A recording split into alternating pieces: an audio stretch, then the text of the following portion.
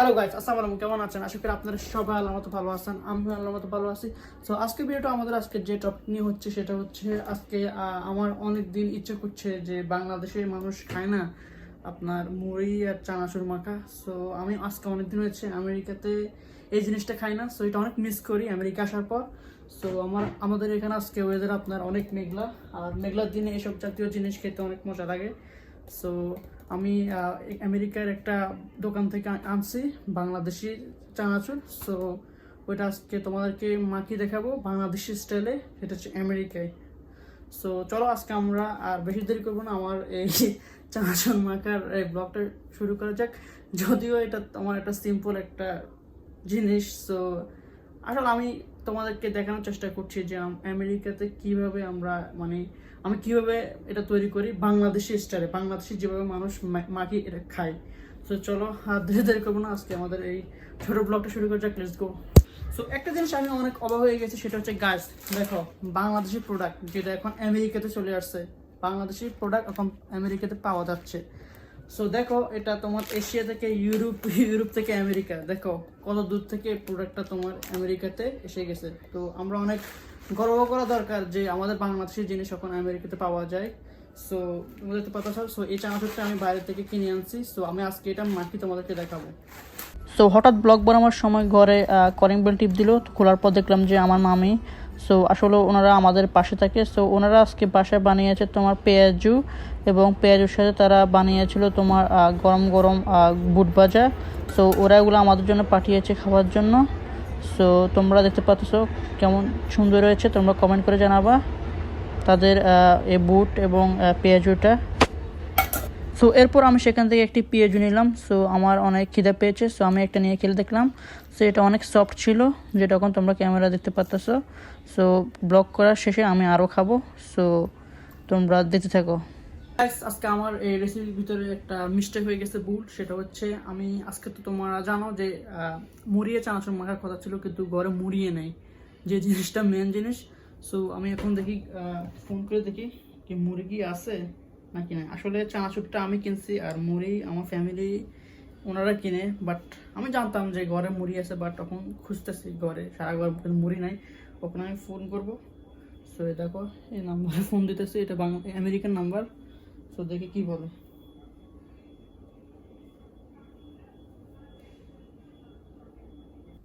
So guys, phone দিলাম কিন্তু phone ধরো না। সো গাইস, বাদ দেন মুড়ি। সো আজকে রেসিপিটা তারা হচ্ছে হচ্ছে চানাচুর, এক্সট্রা চানাচুর, আর বাকি জিনিসগুলো দেখবো ভিডিওতে।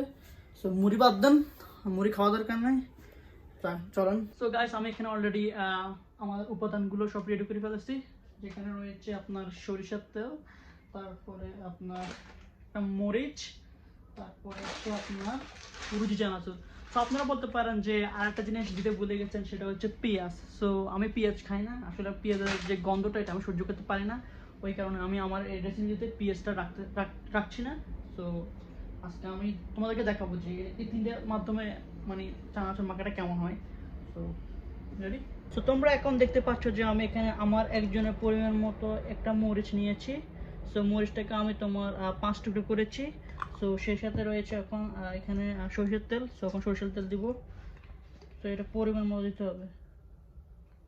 সরষের তেল দেওয়া শেষ। সো সরষের তেল তুমি পরিমাণ মতো দিতে হবে তোমাকে, দেখো। তারপর এখন আমি চানাচুরটাকে এটার ভিতরে মিক্স করবো।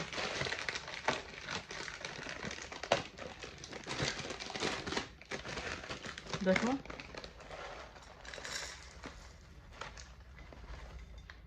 তো এটা তোমাকে অবশ্যই পরিমাণ মতো করতে হবে। ওকে,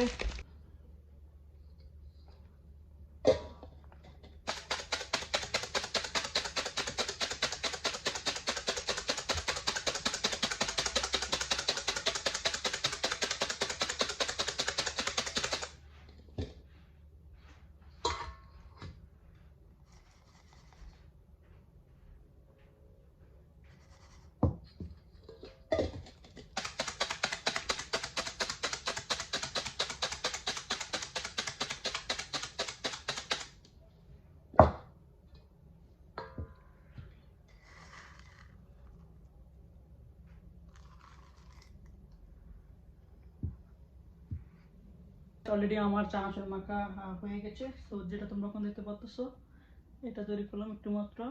সো এখন আমি টেস্ট করবো তোমার সামনে। লুক,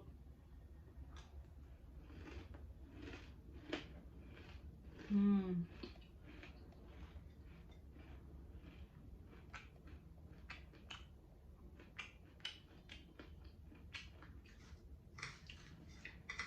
এটা অনেক ইয়ামি হয়েছে।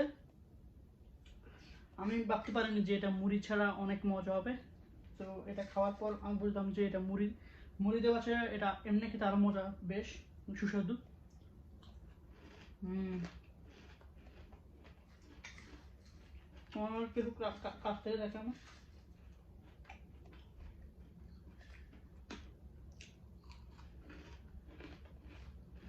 মজা হবে। তো গাইস, আজকে আমি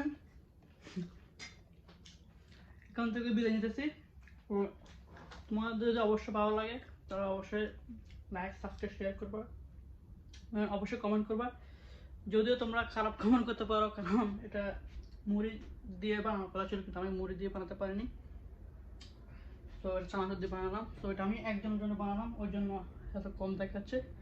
তো তোমাদের সাথে দেখা হবে আমার পরবর্তী ভিডিওতে। তোমরা এটা খেয়াল করতেছো এটা কি? তো এটা হচ্ছে ভিটামিন সি। সো এটা আমাদের এখানে পাশে একটা সিবিএস ফার্মেসি নামে একটা শপ আছে, ওইখানে ওরা এটা তারা নিজেরা তৈরি করে এটা। সো এটা ভিটামিন সি। সো গাইস, তোমার সাথে দেখা হবে পরবর্তী ভিডিওতে। ততক্ষণ তোমরা সুস্থ থাকবে এবং ভালো থাকবে। এমনকি আরেকটা কথা বলতাম, সেটা হচ্ছে তোমার বাংলাদেশে অনেক গরম পড়ছে, তো তোমরা বাইরে একটু কম বেরোবা। ওকে, সুস্থ থাকবে। আল্লাহ হাফেজ, দেখবেন নেক্সট ভিডিওতে। আল্লাহ হাফেজ।